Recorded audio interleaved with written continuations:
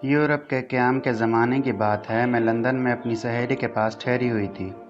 एक रोज़ मुझसे कहने लगी कि आओ तुम्हें जंगल की सैर करवाती हूँ। जंगल में? ना बाबा, मुझे वहाँ जाते हुए डर लगता है। डरने की बात थोड़ी है, मैं तुम्हें अपनी आंटी से मिलवाऊँगी। आंटी? मैंने हैरत से पूछा। हाँ, वो जंगल में रहती हैं। तो क्या वो अकेली जंगल में रहती हैं? कुछ लोग और भी हैं, मगर वहाँ बहुत कम घर हैं।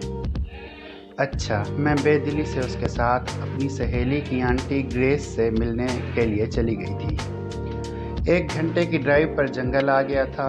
हम दोनों एक छोटे से घर में आंटी ग्रेस को ढूंढने लगी थी। वो बावर्ची खाने में चाय का एहतमाम कर रही थी। शायद उन्हें हमारी आमद की इत्तला मिल चुकी थी। वो खुशी खुशी बावर्ची खाने से निकलकर हम दोनों से मिली। आंटी ग्रेस, ये मेरी दोस्त पाकिस्तान से आई हैं। वेलकम माय डार्लिंग, उन्होंने मेरा मुंह चूमते हुए कहा। हम दोनों इस वक्त लॉन्ग रूम में बैठी थी। आंटी ग्रेस चाय बनाकर ले आई थी, साथ चॉकलेट और बिस्किट भी थे। चाय पीते हुए मैंने सारे घर का जायज़ा लेना शुरू कर दिया था। सुनसान घर, और वो भी उस घने जंगल में। 3-4 घरों में से एक था। कुछ फासले पर 3-4 घर और भी थे। अक्सर शिकारी वहाँ आकर ठहरते थे। इन घरों में सवाए चौकीदारों के और कोई नहीं रहता था, मगर ये बूढ़ी खातून इतनी बहादुर थी कि वो अकेली इस घर में रह रही थी। सारे घर में सन्नाटा छाया हुआ था। मुझसे रहा न गया और मैंने पूछ ही लिया था, आंटी आप अकेली इस घर में रहती हैं, बच्चे नहीं हैं क्या? बच्चे 2 हैं। अच्छा, तो किधर हैं? उनकी शादियां हो चुकी हैं, अपने अपने घरों में मसरूफ़ हैं, कभी कभार आ जाते हैं। मैं इस वक्त बहुत खौफज़दा हो रही थी तो उनसे पूछ बैठी थी, आंटी आपको अकेले घर में डर नहीं लगता?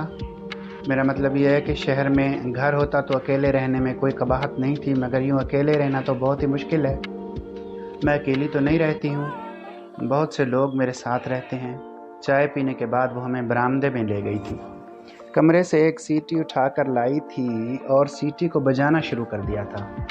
अभी चंद ही लम्हे गुजरे होंगे तो बहुत सारे परिंदे आन कर उनके कंधों पर बैठ गए। रंगारंग के खूबसूरत परिंदे थे। वो मुस्कुराईं और बताने लगीं, ये मेरे साथी हैं, मेरे साथ खाना खाते हैं, मैं इनसे बातें करती हूँ। देखा ढेर सारे बच्चे हैं, वो एक परिंदे के मुंह को चूमते हुए बता रही थी। मैं हैरान सी आंटी ग्रीस को देख रही थी जो इन परिंदों के साथ खुशो-खुर्म दिखाई दे रही थी। मेरी हैरानगी को देखते हुए वो मुझसे गोया हुई।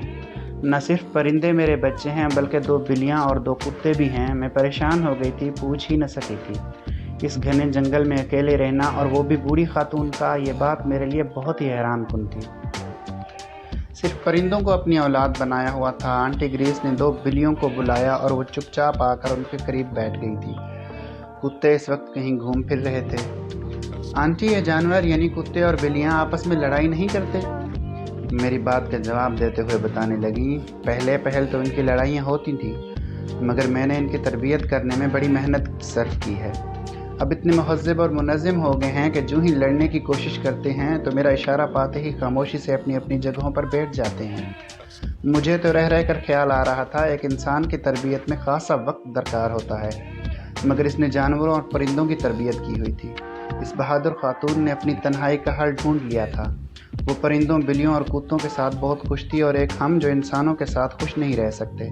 मैं वापस आते हुए सोच रही थी कि अगर इस दुनिया में तरह तरह के लोग बसते हैं, एक खुदा ही है जो इंसानों को जीने का मौका देता है।